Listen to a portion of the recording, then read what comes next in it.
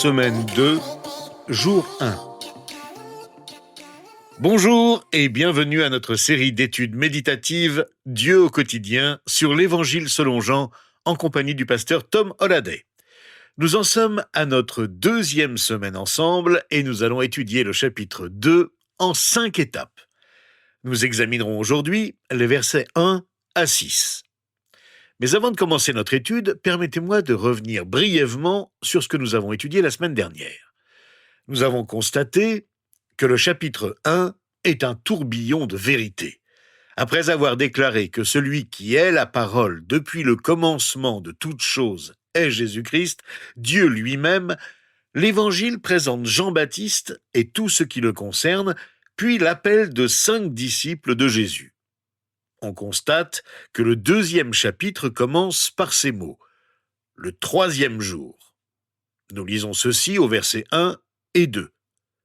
Or, le troisième jour, il y eut des noces à Cana, en Galilée. La mère de Jésus était là. Jésus fut aussi invité aux noces avec ses disciples. Comment comprendre la mention du troisième jour au début de ce chapitre ? Eh bien, au chapitre précédent, au verset 19, nous découvrons que le premier jour de cette semaine-là, Jean est questionné sur son identité. Le lendemain, le deuxième jour, Jean-Baptiste déclare que Jésus est l'agneau de Dieu. Au cours du jour suivant, le troisième jour, Jean-Baptiste introduit André et Jean à Jésus, puis André conduit Pierre vers Jésus. C'est à ce moment-là que Jésus et ses disciples sont invités à un mariage dans la ville de Cana, en Galilée. Il est intéressant de constater que Jean commence son évangile en décrivant la première semaine du ministère de Jésus avec assez de détails. Cela nous rappelle deux choses. En introduisant son livre par les mots « au commencement », Jean a en tête la semaine de la création telle que nous la présente le chapitre 1 du livre de la Genèse. Tout comme Dieu a créé le monde en une semaine, voici une semaine de la vie de Jésus, qui est Dieu lui-même venu dans le monde pour faire de son peuple une nouvelle création. Ce rappel de la semaine de la création signale aussi la dernière semaine de la mission de Jésus sur terre, que nous trouvons du 12e chapitre jusqu'au chapitre 20 de l'Évangile, sur laquelle nous reviendrons au cours des prochaines semaines. L'Évangile selon Jean commence donc par une semaine de la vie de Jésus au début de son ministère et se termine par un regard approfondi sur une semaine de la vie de Jésus à la fin de son ministère sur cette terre. Il est évident tout au long de ce récit que Jésus suit un programme divin, mais il n'est pas pressé. D'ailleurs, tout semble commencer tranquillement par une fête de mariage à laquelle Marie, la mère de Jésus, Jésus lui-même et ses disciples sont conviés. Et ils s'y rendent sans hésiter. Le ministère de Jésus commence par un moment de joie, au cours duquel le vin coule à flot. À l'époque de Jésus, les célébrations de mariage entre juifs étaient très différentes de nos mariages en pays occidentaux de nos jours. Comme c'est toujours le cas aujourd'hui dans la plupart des cultures orientales, les mariages juifs comprenaient une cérémonie de mariage et ensuite, la nuit venue, il y avait une procession joyeuse au flambeau jusqu'à la demeure des parents de la mariée. C'est là que se tenaient des discours, des vœux et que se racontaient des histoires sur la mariée, le couple, comme dans tous les mariages. Mais ce n'était pas tout. Le cortège se dirigeait ensuite vers la maison du marié. Et c'est là que la fête commençait vraiment. C'est là qu'on se rend compte que les mariages orientaux et les mariages occidentaux sont très différents. Dans les mariages occidentaux, la mariée est au centre de la fête. C'est elle qu'on admire, et pas tant le marié. Mais dans les mariages orientaux, c'est le marié qui est généralement plus le centre de l'attention. Et c'est chez lui que la fête bat son plein. Elle pouvait durer jusqu'à 7 jours. Les invités faisaient la fête du matin au soir. Nous pouvons déjà en conclure que Jésus lui-même savait participer aux fêtes familiales, et nous verrons qu'il participait aussi à d'autres fêtes. Il a su aussi participer à des banquets offerts par des gens riches. Sa mission était d'être avec ses contemporains. C'est pour eux qu'il est venu après tout. Après avoir choisi ses premiers disciples, Il n'est pas parti en retraite spirituelle ou missionnaire, mais il s'est mêlé au milieu de ses amis et de sa famille, là où se trouvaient ses contemporains, et a saisi l'occasion pour manifester sa gloire au milieu des invités. Nous lisons au verset 3 et 4 qu'au cours de la fête, comme le vin venait à manquer, la mère de Jésus lui dit « Ils n'ont plus de vin ». Jésus lui répondit « Que me veux-tu, femme? Mon heure n'est pas encore venue. » À l'époque, la famille des mariés devait s'assurer que rien ne vienne à manquer pendant toute la durée de la fête. Manquer de vin ou de nourriture était dramatique. Ça ne devait jamais se produire.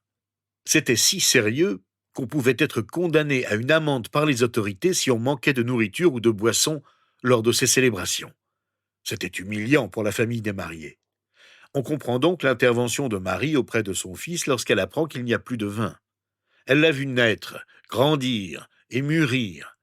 Elle est déjà consciente qu'il est capable de sortir sa famille de l'embarras, mais Jésus prend de la distance par rapport à elle. Et l'échange qu'il a avec sa mère peut nous paraître étrange. Il semble que Jésus reprenne sa mère, comme s'il lui disait « Ce n'est pas à toi d'intervenir et de me dire ce que je dois faire ici. » Car Jésus sent bien que Marie veut qu'il intervienne. La Bible du Sommeur traduit ce verset ainsi. « Écoute, lui répondit Jésus, est-ce toi ou moi que cette affaire concerne? Mon heure n'est pas encore venue. » Jésus appelle sa mère « femme ». C'est un terme que les Juifs utilisaient pour exprimer leur respect à l'égard de leur mère. On retrouve cette marque de respect, cette formule de politesse, à la fin du livre de Jean lorsque Jésus est sur la croix et appelle sa mère « femme ». C'est ainsi qu'il appelle Marie de Magdala lorsqu'il lui apparaît ressuscité au chapitre 20, verset 15, et lui dit « Femme, pourquoi pleures-tu? Qui cherches-tu » On lit aussi que les anges eux-mêmes l'ont appelée ainsi au verset 13 alors qu'elle était en pleurs. « Femme, pourquoi pleures-tu » Ce que Jésus veut dire à sa mère, c'est qu'il ne lui appartient pas de dire à son fils, lui le Fils de Dieu, ce qu'il doit faire et quand il doit le faire. Seul son Père du ciel et lui-même décident de ce qu'il doit faire et du moment d'agir.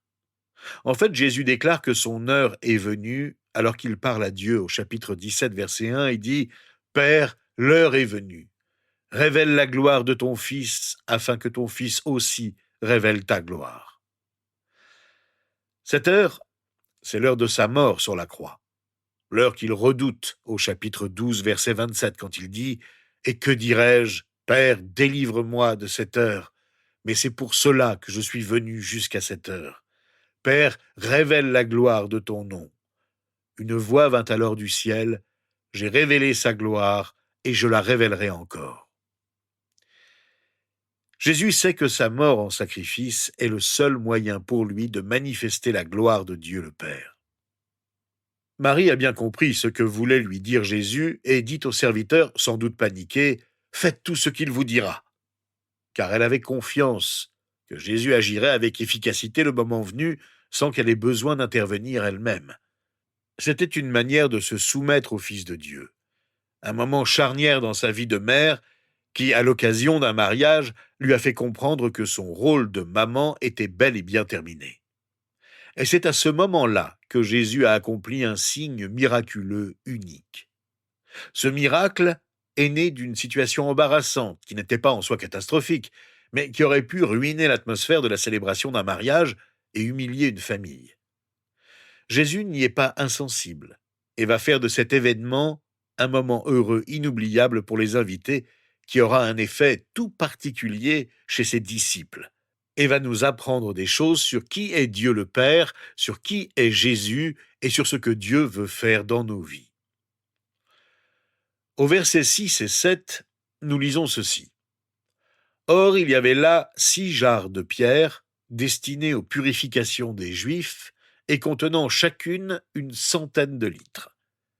Jésus leur dit, « Remplissez d'eau ces jarres. » Et ils les remplirent jusqu'au bord. Nous allons terminer notre étude d'aujourd'hui, mais avant de nous quitter, ajoutons 3 choses à propos de ces jarres. Ces 6 jarres de pierre contiennent en tout entre 480 et 600 litres. D'abord, notons que Jésus va distribuer ses dons avec une grande générosité. Il offre la plénitude. Là où il y a le vide, là où il y a l'embarras et la déception, Jésus répond par un don exceptionnel. Il est à l'opposé d'un trouble-fête.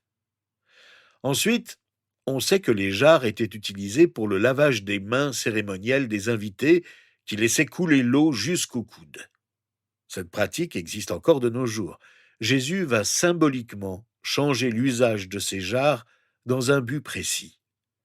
L'eau des ablutions cérémonielles de l'Ancienne Alliance va devenir du vin qui représente symboliquement le vin de la Nouvelle Alliance.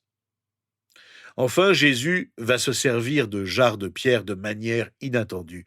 Il se trouve qu'elles étaient là, toutes vides, donc prêtes à être utilisées. Jésus distribue ses dons non seulement généreusement et délibérément, mais aussi de manière inattendue. Qui aurait pu penser à utiliser de simples jarres de pierre pour les remplir d'une eau qui va se transformer en vin excellent? En fait, Jésus se sert de circonstances communes, comme un mariage, ou des personnes ordinaires, comme les serviteurs, pour opérer des signes miraculeux merveilleux. Nous examinerons de plus près demain le signe miraculeux de Cana.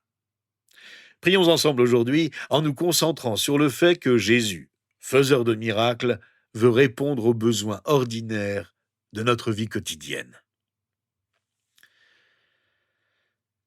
Seigneur, tu te préoccupes de mes besoins, qu'ils soient insignifiants aux yeux des autres ou non. Ils sont importants pour moi. Et je te remercie parce que tu t'en préoccupes et tu veux me répondre. Fais-le, Seigneur, le moment venu, celui que tu as choisi. Donne-moi la patience d'attendre ta réponse, qui sera toujours la bonne. Merci parce que tu connais tous nos besoins. Mais tu veux que nous te les présentions. Et c'est ce que nous voulons faire avec insistance, avec foi et dans la reconnaissance, pour que ta gloire soit révélée en nous et qu'elle rayonne autour de nous. C'est en ton nom, Jésus, que nous nous approchons de toi en te présentant tous nos besoins avec insistance et en te disant merci d'avance. Amen. Eh bien, rejoignez-nous demain. Nous allons aborder ensemble dans le détail les versets 7 à 10 qui nous rapportent en détail le signe miraculeux à Cana.